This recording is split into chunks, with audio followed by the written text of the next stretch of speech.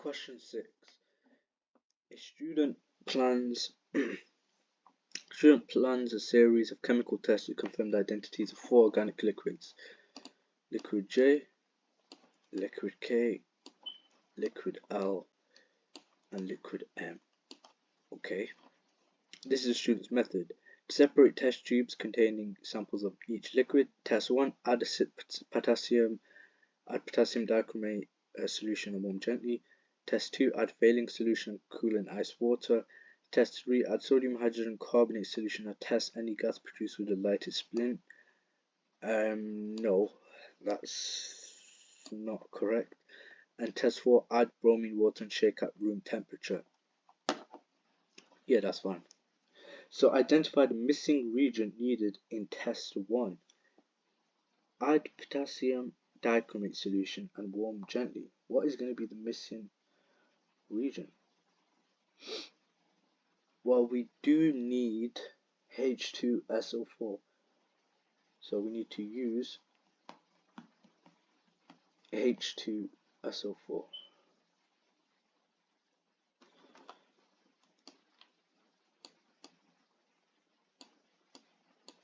H2SO4. And then it says, in addition to the missing reagent, test 1 there's a mistake in the method for 2 of those steps. State the 2 mistakes, suggest how each of the mistakes should be corrected. So there's one of them, test 3. Another one is in test 2. Cool in iced water. No, we don't want to do that. So what does one want us to do? State the 2 mistakes. So cool test 2. Cool in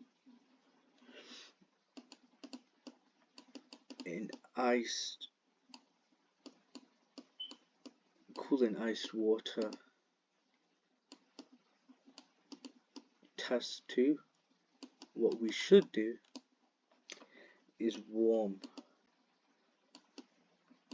using a water bath. Water bath slash electric heater. I'm pretty sure they would allow electric heater. Maybe they won't, but water bath is your to go. Mistake 2. Yeah, this one about test 3, lighted splint. Lighted splint.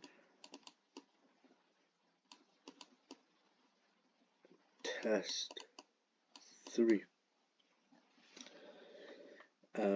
Gas tested. Actually, probably it's better if you just copy down the whole thing, really. Gas test with light splint. Lighted splint test 3. What we actually want to do is, once we've added sodium hydrogen carbonate solution, we want to bubble into lime water. Bubble the gas produced into lime water. Bubble into lime water, and what will happen? Well, the lime water will turn cloudy. 6.3. The missing reagent is added and the mistakes are corrected. That's good.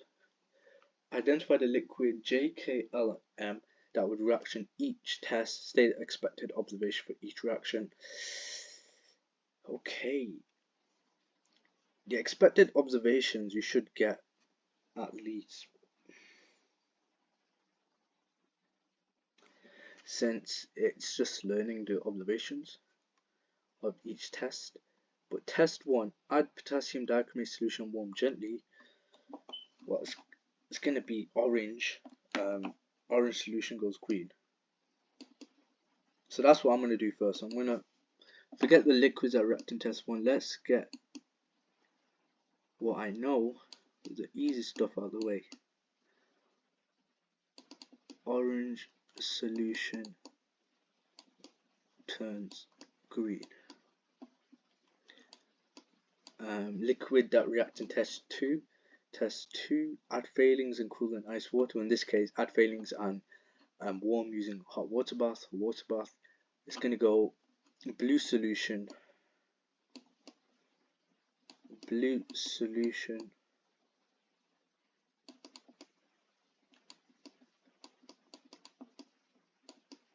will give a brick red precipitate.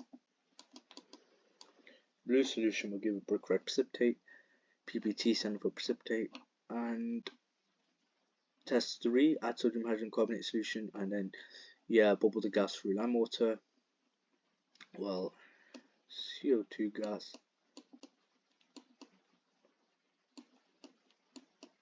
produced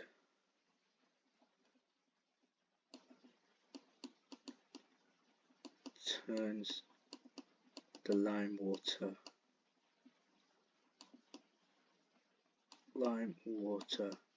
cloudy, so colorless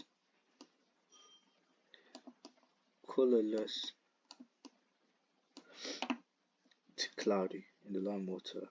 And liquid, and then expected observation for test 4. Test 4, add bromine water and shake at room temperature. Orange to colorless. Orange solution goes colorless. That's a classic test that you guys, I'm pretty sure you learned in GCSE as well. Orange solution goes colorless. Now, which liquids that react in test 1? Now let's do the hard part. Liquids that react in test 1. Test 1, add potassium dichromate solution and warm gently. So the liquids that are going to react in test 1 are going to be J, and M. Remember, potassium dichromate solution can use to go from primary alcohol to aldehyde, and aldehyde then secondary alcohol to ketone. Therefore, if we've already got a ketone, we can't use acidified potassium dichromate for it. So it's got to be the ones that are not ketone. So it's going to be J and L. J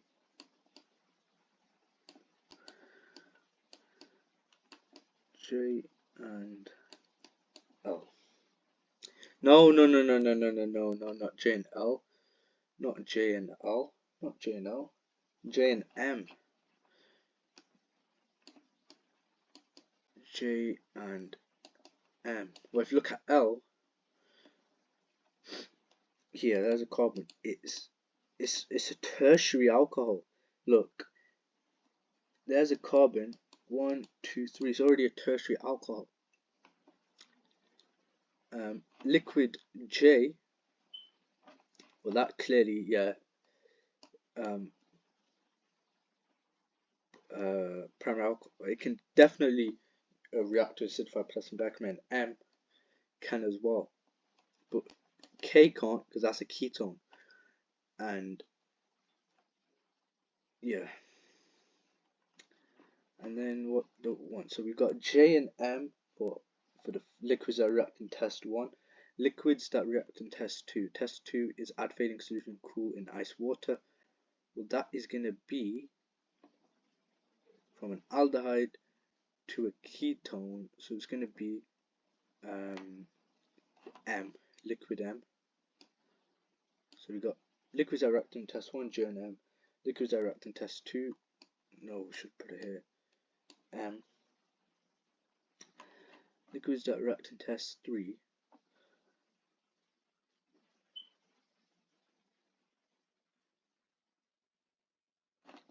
what is going on? Liquids that react in test 1, liquids that react in test 2.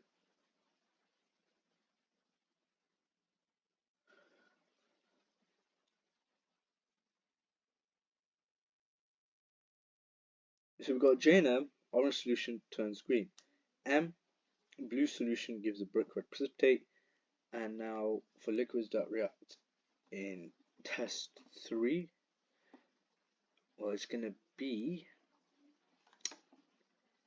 sodium hydrocarbonate solution.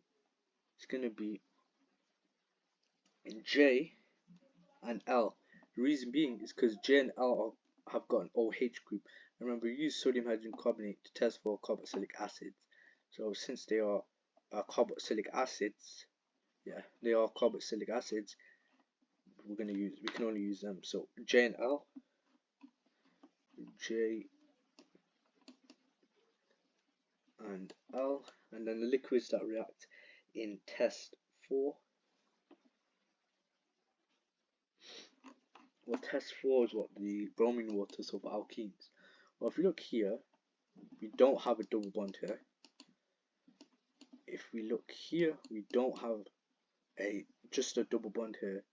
Here we don't just have a double bond. Here we do. So just carefully observing them, and then you can already identify the liquid that reacts in test 4 is K. And orange solution goes colourless. So we've got J and M, orange solution turns green. M, blue solution will give a brick red precipitate. J and L, colourless to cloudy. Colourless gas that would turn the lamp to cloudy. And then liquid direct test 4K, orange solution goes colourless. And then 6.4, figure 10 shows apparatus that is used to separate a mixture of liquids K and M using fractional distillation. Suggest labels that should be added to positions S, T, and U in figure 10. And then explain why fractional distillation is preferred to simple distillation to separate liquids K and M. So if we label this, once we label it, well, this one, these two, if you know the trick, then it should be pretty simple. The one that I struggled with was this one when I first attempted this question, because this question did come up in my mock, my November mock. So T and U, well, T is going to be water out, and U is going to be water in. T is going to be water out, T is going to be water out, and U is going to be water in. I can't remember if I got this correct in the example. Maybe I swapped them around, I don't know. S is the fractionating column. That's the actual term for it in the mark scheme. They do allow beads in the mark scheme. I don't know if they allow glass beads, because that's what I put when I did my mock. But the answer is fractionating column. T is water out and U is water in.